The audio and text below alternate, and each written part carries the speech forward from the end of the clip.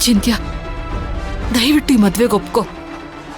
ನಮಗೋಸ್ಕರ ಅಲ್ದೆ ಹೋದ್ರು ಆ ಬನಶಂಕರಮ್ಮನಿಗೋಸ್ಕರನಾದ್ರೂ ಒಪ್ಕೋ.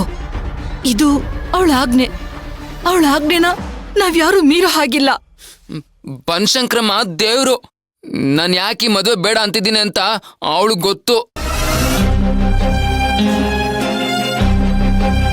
ಮದುವೆ ಬೇಡ ಅಂತ ನಿರ್ಧಾರ ಮಾಡಿದವನು ಮದುವೆ ಮಂಟಪ ತನಕ ಯಾಕೆ ಬಂದೆ? ಯಾಕಂದ್ರೆ ನನ್ನ ಮಾತನ್ನ ನೀವ್ಯಾರು ಕೇಳ್ತಾನೆ ಇರ್ಲಿಲ್ವಲ್ಲ, ಅದಕ್ಕೆ ಎಲ್ರಿಗೂ ಅರ್ಥ ಆಗ್ಲಿ ಅಂತ ಇಲ್ಲಿಗೆ ಬಂದು ಹೇಳ್ದೆ. ಅಚಿಂತ್ಯ, ನೀನ್ ಈ ಮದ್ವೆ ಬೇಡ ಅಂತಂದ್ರು ನಾವು ಬಲವಂತವಾಗಿ ಈ ಮದ್ವೆ ಮಾಡಿಸ್ತಿದೀವಿ ಅಂದ್ರೆ ಅದಕ್ಕೊಂದು ಕಾರಣ ಇರುತ್ತಲ್ವೇನೋ? ಬೇಡ, ನಾನು ನಮ್ಮ ಅಪ್ಪನ ಮಾತ್ಮೇಲೆ ನಿಲ್ಲೋನು. ಯಾವುದೇ ಕಾರಣಕ್ಕೂ ಚಿಕ್ಕಿನ ಮದುವೆ ಆಗಲ್ಲ. ಇದೇ ನಿನ್ ಕೊನೆ ನಿರ್ಧಾರನಾ? ಇದೇ ಮೊದಲು, ಇದೇ ಕೊನೆ, ಎಲ್ಲಾನು ಇದೆ.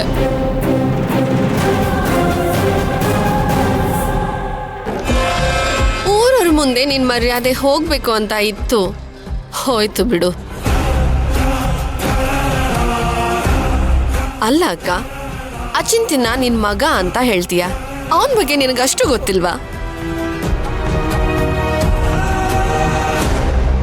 ಯಾವತ್ತಾದ್ರೂ ನೀನ್ ಹೇಳಿದನ್ನ ಕೇಳಿದಾನ ಅಥವಾ ನಿನ್ನ ಅಮ್ಮ ಅಂತನಾದ್ರೂ ಒಪ್ಕೊಂಡಿದಾನ? ನಿನ್ನ ಆಸೆಗಳನ್ನೆಲ್ಲ ಅವನ ಮೇಲೆ ಹೊರಿಸಿದ್ರೆ ಯಾಕೆ ಕೇಳ್ಬೇಕು ಅವನು? ಅಲ್ಲ ಚಿಕ್ಕಮ್ಮ, ಅಚಿಂತ್ಯನ ಬಗ್ಗೆ ಕಾಳಜಿ ಇಟ್ಕೊಂಡಲ್ವಾ ಅಮ್ಮ ಇಲ್ಲಿವರೆಗೂ ಬಂದಿರೋದು. ನಾನು ಇವತ್ತಿಂದ ನಿಮ್ಮನ್ನೆಲ್ಲ ನೋಡ್ತಾ ಇಲ್ಲ ಅಗಸ್ತ್ಯ. ಇವನ್ ಹೀಗೆ ಎಡವಟ್ ಮಾಡ್ತಾನೆ ಅಂತ ಗೊತ್ತಿದ್ದೆ ಭಕ್ತಿ ಹತ್ರ ನಾ ಈ ಮದ್ವೆ ಇಷ್ಟ ಇಲ್ಲ ಅಂತ ಹೇಳ್ಸೋದಕ್ ಪ್ರಯತ್ನ ಪಟ್ಟೆ. ಆಗ ನಿಮ್ಮಮ್ಮ ನಂದೇ ತಪ್ಪು, ನಾನೇ ದೊಡ್ಡ ವಿಲನ್ ಅಚಿಂತ್ಯನ್ ಬದುಕಲ್ಲಿ ಅನ್ನೋ ತರ ಮಾತಾಡಿದ್ಲು. ಈಗ್ಲಾದ್ರೂ ಅರ್ಥ ಮಾಡ್ಕೊಳ್ಳಿ,